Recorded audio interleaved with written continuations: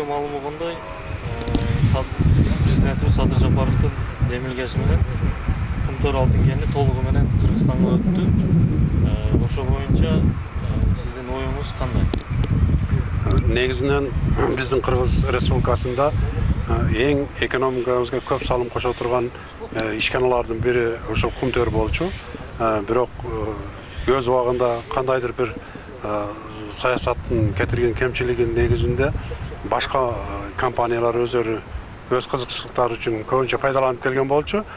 Бирок учурда биздин Кыргызстандын өзүгө толугу менен карамакка өткөндүгү бул азыркы биздин мамлекеттин чоң бир жетишкендиктеринин бири болуп саналат.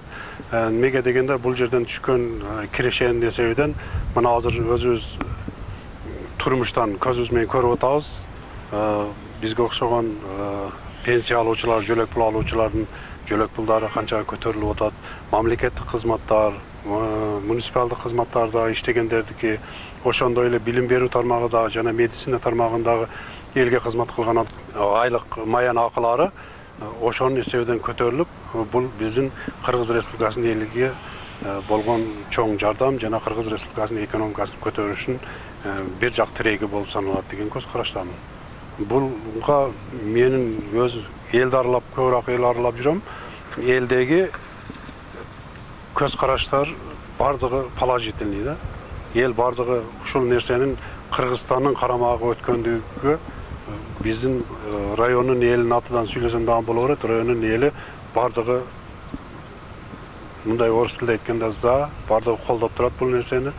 Өтө биздин бир ийгиликтүү жетишкендиктердин бири болду деп санайм. Кандай атыңыз ким? Момунов Абдыжапар, Кадамжай шаарынын тургунумун.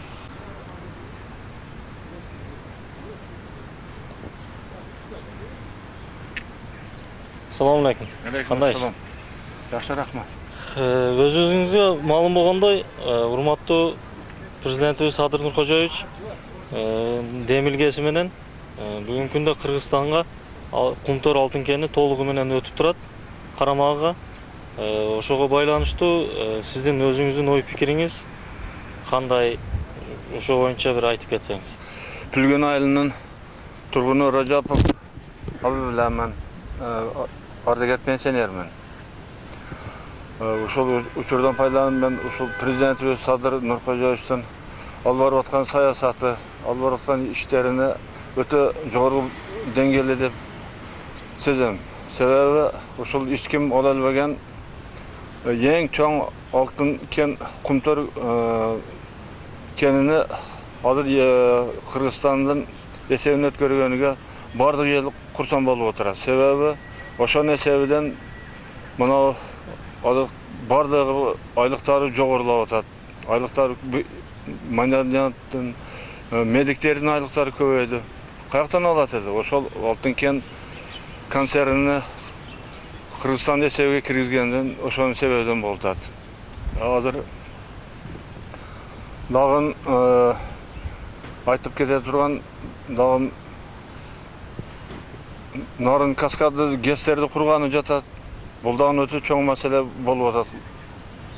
Кала берсе биздин Пүлгөн айылында алга кадам деген бирикме түзүлүп, элге канал курулуп атат. Ошону дагы биз өтө курсан болуп турабыз. Ошол акча бөлгөнгө кол коюптур деп терең ыраазы болуп турабыз. Ушул президентибиздин иштерге ийгиликтер болсун, ден соолук каалайбыз президентке. Биз Бүргөндүдөн болот. Нарбаева уюмса Кумтөр тууралуу сүйлөсөк, Кумтөрдүн өткөнү бизге эң жакшы болду. Мына бияга жакшылыктарды алып келсин, пенсиябыз көбөйдү, ишканалар көбөйдү болуп атат. Мына бияга жакшы иштер болушун каалайбыз.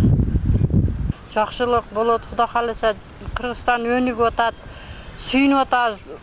Көптөн көпчү пенсиялар көбөйүп, пособиялар көбөйүп, Кумтөр өзүбүзгө өттү, өзүбүз эми Кыргызстанга оңолот экен деп кыскасы сүйүнүп атабыз да. Карапайым эл айныкса раса сүйүнүп атат. Билбейм дагы кимдер кандай неме үйрөтөт.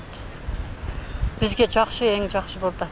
Мугалимдердин, медиктердин айлыктарын бүт көтөрдү.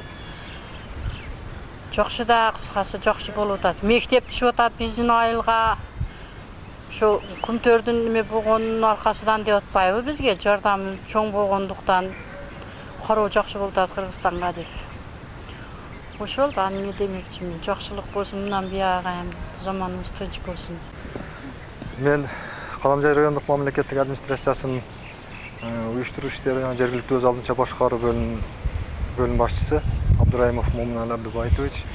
Бизде азыр мына Кыргыз Республикасынын президенти Садыр Нуркожоевичтин азыркы жүргүзүп жаткан саясаты, жүргүзүп жаткан иштери жакшы болуп атат.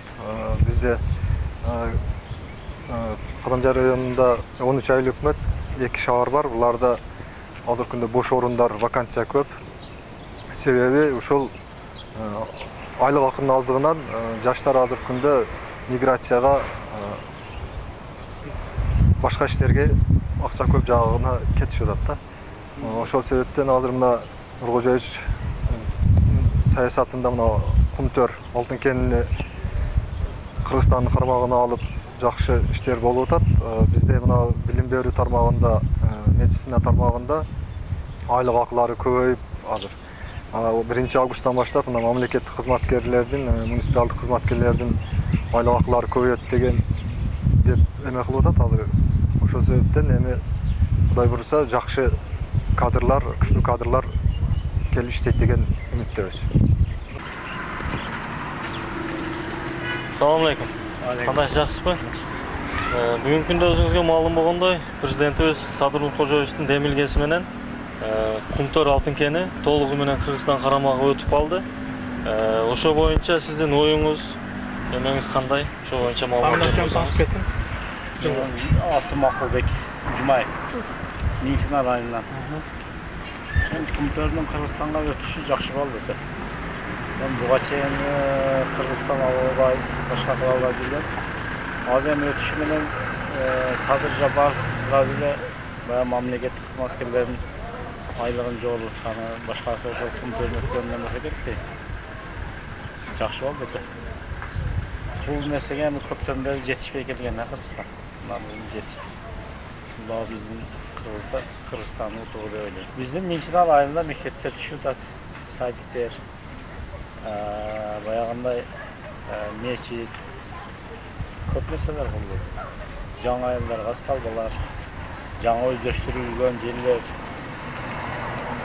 адамдарга 3,5 мың, 4 мың адамга баягындача үй-жай куруу үчүн чектер берилип атат. Өзүңүздөргө маалым болгондой, Садыр Нуркожоевичтин демилгеси менен бүгүнкү күндө Кумтөр алтын кени толугу менен Кыргызстан карамагына өттү. Ошол боюнча сиздердин оюңуздар кандай? Кумтөр өткөнү эми жакшы болду да. Элге, мамлекетибизге канча эмелер Кумтөрдүн пайдасы, алтын пайдасы чет мамлекетке кетип аткан. Эми ушунун баары өзүнүн мамлекетке калып атат. Мына пенсия пособияларга кошулуп атат. Айлыктарга ошол нерсени кошулуп атат. Буюштарына жумушчуларыбыз жакшы айлыктар менен жашоосу оңолот. Фамилия Сайдолла Атбайбек. Судвасыл сөзгө кошуламын. Негизи Кумтөр Кыргызстан пайдасы өткөнү өтө жакшы болду. Бул бүт кыргыз элинин менен ойлойм бул кубанычы болду. Себеби канчалаган жакшы иштер болуп атат. Жакында эле уже маданий ишчилердин айлыктарын, мугалимдердин айлыктарын көтөрүп азыр күндөрү мамлекеттик администрация министрликте иштегендер бүт ошол нерсе менен айлыктар көтөрүлүп атат. Бул деген менимче акыркысы эмес, дахандан көтөрүлүш керек, көтөрүлөт болуш керек. Эми негизи өтө жакшы болду. Биз ошо Каламжай районунданбыз. Кызыл Багай, Абдинали Абдыганиев.